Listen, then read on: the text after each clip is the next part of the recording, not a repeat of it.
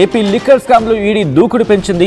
Liquor స్కామ్లో 441 కోట్ల రూపాయల ఆస్తులను జప్తు చేసింది enforcement directorate. Prevention of money laundering act 2002 కింద ఈడీ చర్యలకు ఉపక్రమించింది. రాజు కసిరెడ్డి, వాసుదేవరెడ్డి, బూనేటి చాణక్య ఆస్తులను ఈడీ అటాచ్ చేసింది. లిక్కర్ స్కామ్లో 3,500 కోట్ల రూపాయల కిక్ బ్యాక్లు సేకరించినట్లు ఈడీ గుర్తించింది. దీంతో పాటు అనుకూల బ్రాండ్లకు సప్లై ఆర్డర్లు, ధరలు పెంచినట్లుగా ఆరోపణలున్నాయి.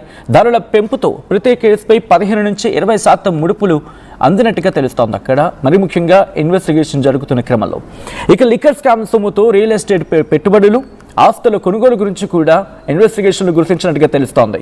ఇప్పటి వరకు 1,048 కోట్ల రూపాయల మనీ ట్రయల్ గుర్తించింది ఈడీ ఆస్తుల జప్తుపై రియాక్ట్ అయ్యారు ఆంధ్రప్రదేశ్ మంత్రి నారా లోకేష్. లిక్కర్ స్కామ్లో బయటపడ్డ ఆధారాలపై జగన్ సమాధానం ఇవ్వాలంటూ చెప్పుకొచ్చారు నారా లోకేష్. సైలెంట్గా ఉండడమే బెటర్ అనుకుంటున్నారా అంటూ కూడా చెప్పుకొచ్చారు ఆయన. లిక్కర్ స్కామ్లో ఏపీలో ఎంతో మంది పేదల జీవితాలు నాశనమయ్యాయి. లిక్కర్ స్కామ్లో ఏపీలో ఎంతో మంది పేదల జీవితాలు నాశనమయ్యాయి అంటున్నారు నారా లోకేష్. స్కామ్తో మీ పార్టీ నేతలు జేబులు నిండాయంటూ కూడా చెప్పుకొచ్చారు. ఈ క్రమంలో నారా లోకేష్ చేసిన వ్యాఖ్యలు ప్రస్తుతం సంచలనంగా మారుతున్నాయి. దీని మీద వైసీపీ రియాక్షన్ ఎలా ఉండబోతుందనేది ఆసక్తికరంగా మారుతుంది. మరి ముఖ్యంగా ఆంధ్రప్రదేశ్ మాజీ ముఖ్యమంత్రి వైఎస్ జగన్ రియాక్షన్ ఎలా ఉండబోతుంది అనేది